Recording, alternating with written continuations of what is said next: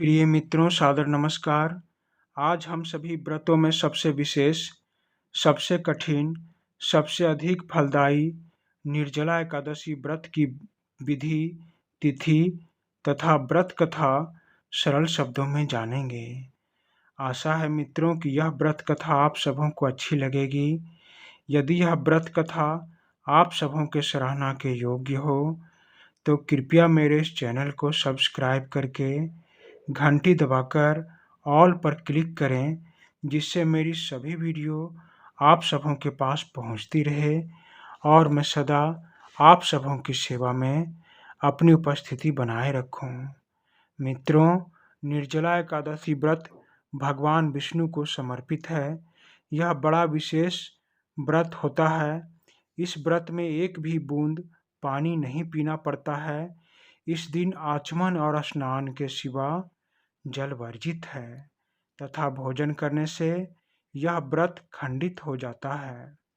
इस व्रत के दिन ब्रह्म मुहूर्त में जागकर भगवान विष्णु को अपने सम्मुख जानकर इस व्रत का संकल्प लेना चाहिए और कहना चाहिए, हे प्रभु, मैं शक्तिहीन, अनाथ, बुद्धिहीन यह निर्जला एकादशी का व्रत करना चाहता हूँ। हे परम दयालु, शक्तिशाली परम पिता, मुझे इतनी शक्ति दे कि मैं इस व्रत को पूर्ण विधि विधान और श्रद्धा से कर सकूं। मित्रों, मैंने यहाँ अनाथ शब्द का प्रयोग इसलिए किया है क्योंकि हम सभी जीव ईश्वर के बिना अनाथ हैं। ऐसी प्रार्थना करके नीम, सखुआ या आम की लकड़ी से दतवन करें। फिर स्वच्छ जल से स्नान करके भगवान विष्णु के प्रिय रंग पीला रंग से सुशोभित वस्त्र पहने। मंदिर और पूजा घर की अच्छी से सफाई करें।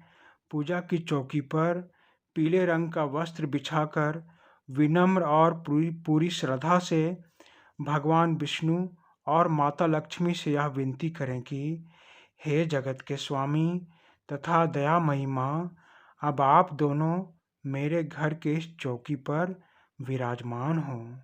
ऐसा कहकर भगवान और माता की तस्वीर को चौकी पर स्थापित करें। फिर भगवान को पीले रंग की फूल और माता को लाल रंग की फूल अर्पित करें। इसके बाद फल, खड़ी हल्दी, पीला चंदन, अक्षत चढ़ाएं। भगवान को खीर का भोग लगाएं। विष्णु चालीसा का पाठ करें। फिर निर्जला एकादशी व्रत का पाठ करें। व्रत कथा समाप्त कर भगवान और माता की आरती गाएं। अगले दिन सभी पड़ोसियों को प्रसाद बांटें। व्रत करने वाले भक्त ध्यान दें, इस दिन कोई भी खाद्य सामग्री तथा जल ग्रहण ना करें। यदि संभव हो तो व्रत करने के बाद गरीबों और पड़ोसियों को पीला वस्त्र और फल का दान करें। इस प्रकार पूरी श्रद्धा और समर्पण से यह निर्जला एकादशी व्रत को सार्थक करें। मित्रों, अब हम इस व्रत की तिथि और शुभ मुहूर्त जान लें। इस बार वर्ष 2024 में जून माह के शुक्ल पक्ष की एकादशी की तिथि 17 जून को प्रातः 4:43 से शुरू होकर अगले दिन 18 जून को प्रातः 6:24 तक यह शुभ मुहूर्त रहेगी। अतः आप सभी इस शुभ मुहूर्त में अपना व्रत रखें, अर्थात 17 जून के निर्धारित समय से यह व्रत प्रारंभ करें और अगली सुबह 7 बजे इस व्रत का पारण करें, यानी एक सूर्योदय से दूसरे सूर्योदय तक। मित्रों, हमने निर्जला एकादशी व्रत की विधि और शुभ मुहूर्त को जाना। अब हम सभी इस व्रत की कथा को जानेंगे। महाभारत के समय की बात है।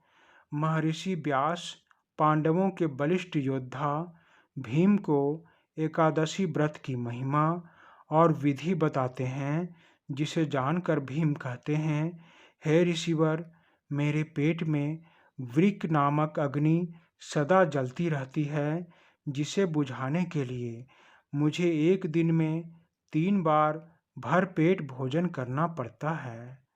मैं एक दिन पूरा उपवास कैसे करूं, जब मैं दिन के एक समय भी भूखा नहीं रह सकता? तब महर्षि व्यास ने भीम से कहा, हे पुत्र, हर मानव का यह कर्तव्य है कि वह अपने पापों से मुक्त हो, उसे मृत्यु के बाद नरक ना जाना पड़े। इसीलिए हर माह के दोनों एकादशी को उसे व्रत रखना चाहिए और इस दिन अन्न तथा जल को त्याग देना चाहिए। यह सुनकर भीम ने कहा, हे पितामह, मैं पहले ही कह चुका हूँ कि मैं भूख सहन नहीं कर सकता।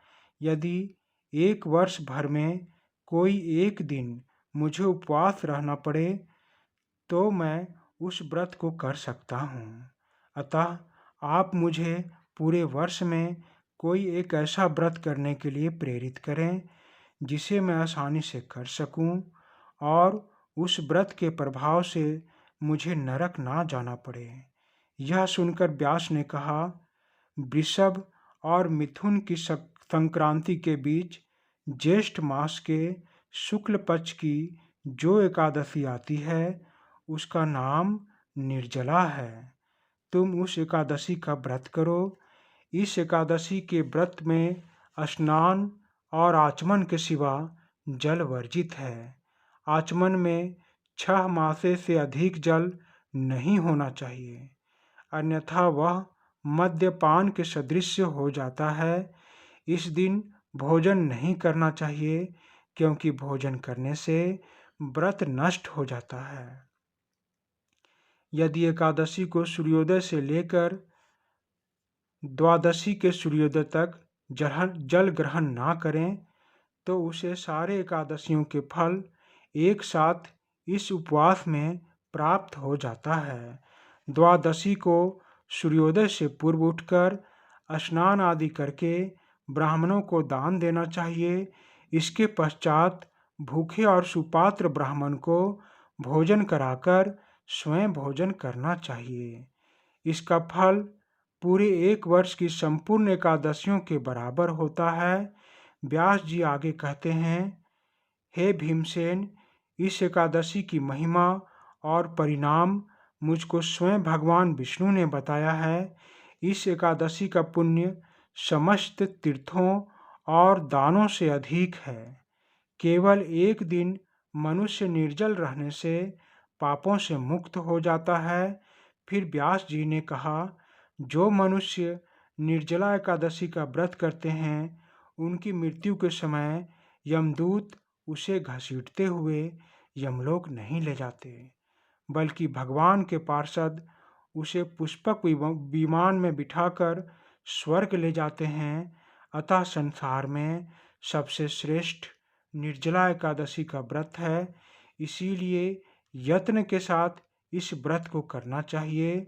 उस दिन ओम नमो भगवते वासुदेवाय मंत्र का उच्चारण करना चाहिए। इस प्रकार व्यास जी की आज्ञानुसार भीमसेन ने इस व्रत को किया। इसीलिए इस एकादशी को भीमसेनी या पांडव एकादशी भी कहा जाता है। इस दिन जल से भरा एक घड़ा वस्त्र से ढककर स्वर्ण सहित दान देना चाहिए। जो मनुष्य इस व्रत को करते हैं उनको करोड़ों पुण्य की प्राप्ति होती है, तथा जो इस दिन यज्ञ करते हैं उसका फल तो अनगिनत पुण्य के बराबर होता है। इस एकादशी के व्रत के प्रभाव से मनुष्य को विष्णु लोक की प्राप्ति होती है। जो मनुष्य इस दिन अन्न खाते हैं वे चंडाल के समान हैं, वे अंततः नरक में जाते हैं। जिसने निर्जला एकादशी का व्रत किया है वह चाहे ब्रह्म हत्यारा, मद्यपान करने वाला, चोर या गुरु से द्वेष रखने वाला क्यों न हो, इस व्रत के प्रभाव से स्वर्ग चला जाता है। महर्षि व्यास ने समझाते हुए आगे कहा, हे कुंती पुत्र, जो पुरुष या स्त्री श्रद्धापूर्वक इस व्रत को करते हैं वे निश्चय ही इस मृत्यु लोक के नाना प्रकार के कष्टों से मुक्त होकर अंत में स्वर्ग लोक के सुख पाते हैं। इस तरह यह व्रत कथा समाप्त होता है। आशा है कि यह कहानी आप सबों को अच्छी लगी होगी। धन्यवाद मित्रों, धन्यवाद।